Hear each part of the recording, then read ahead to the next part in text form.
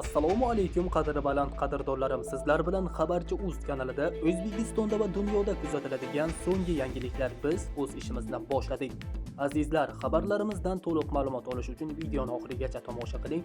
Video ostida bir dona like tugmasini bosib, keyingi videolarimizni o'tkazib yubormaslik uchun albatta kanalimizga obuna bo'ling.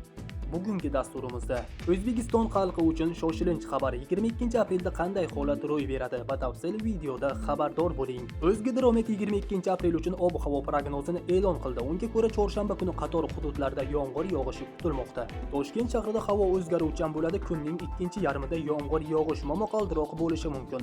Sharqiy shamol yo'nalishini o'zgartirib g'arbdan 3-8 metr/sekund tezlikda esadi, 12-14 metr/sekund tezlikkacha kuchayishi mumkin. Harorat kechasi 17-19 daraja, kunduzi 24-26 daraja bo'ladi. Qoraqalpog'iston Respublikasi Xorazm viloyatida havo o'zgaruvchan bo'ladi. Ba'zi joylarda qisqa muddatli yomg'ir yog'adi. Momaqaldiroq kuzatilishi mumkin. Shamol g'arbdan 7-12 metr/sekund tezlikda esadi. Ba'zi joylarda 13-18 metr/sekundgacha kuchayishi mumkin. Ayrim joylarda chang to'zon bilan kuzatilishi mumkin. Harorat kechasi 10-15 daraja, kunduzi 18-23 daraja bo'ladi. Buxoro va Navoiy viloyatlarida havo o'zgaruvchan bo'ladi. Ba'zi joylarda yomg'ir yog'adi. Momaqaldiroq kuzatilishi mumkin. Shamol g'arbdan 7-12 metr/sekund tezlikda esadi. Ba'zi joylarda 13-18 metr/sekundgacha kuchayishi, ayrim joylarda chang to'zon bilan kuzatilishi mumkin.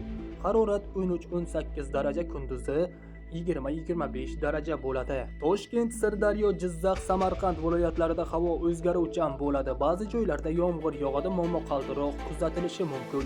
Sharqiy shamol yo'nalishini o'zgartirib g'arbdan 7-12 metr/sekund tezlikda esadi. Ba'zi joylarda 13-18 metr/sekundgacha kuchayishi, ayrim joylarda chang to'zon bilan kuzatilishi mumkin. Harorat kechasi 15-20 daraja, kunduzi 22-27 daraja bo'ladi. Qashqadaryo va Surxondaryo viloyatlarida havo o'zgaruvchan bo'ladi. Ba'zi joylarda yomg'ir yog'adi, momaqaldiroq bo'lishi mumkin. Sharqiy shamol yo'nalishini o'zgartirib g'arbdan 7-12 metr/sekund tezlikda esadi. Ba'zi joylarda 13-18 metr/sekund tezlikkacha kuchayishi, ayrim joylarda chang to'zon bilan kuzatilishi mumkin. Harorat kechasi 7-22 daraja, kunduzi 24-29 daraja bo'ladi. Andijon, Namangan va Farg'ona viloyatlarida havo o'zgaruvchan bo'ladi. Kechga tomon ayrim joylarda yomg'ir yog'ishi, momaqaldiroq kuzatilishi mumkin. Shamol sharqdan 5-10 metr/sekund tezlikda esadi. Harorat kechasi 13-18 daraja, kunduzi 22-27 daraja bo'ladi. Respublikaning tog' oldi va tog'li hududlarida havo o'zgaruvchan bo'ladi. Ba'zi joylarda yomg'ir yog'adi, momaqaldiroq bo'lishi mumkin. Sel, suv toshqini hodisalari yuzaga kelishi mumkin. Shamol g'arbdan 7-12 metr/sekund tezlikda esadi. Ba'zi joylarda 15-20 metr/sekundgacha kuchayadi. Harorat kechasi 7-12 daraja iliq, kunduzi 13-18 daraja bo'ladi.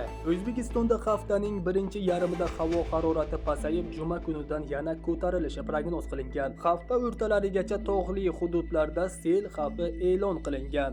Sizlarga yetkazmoqchi bo'lgan ma'lumotlarimiz shulardan iborat edi. Xayr, salomat bo'ling.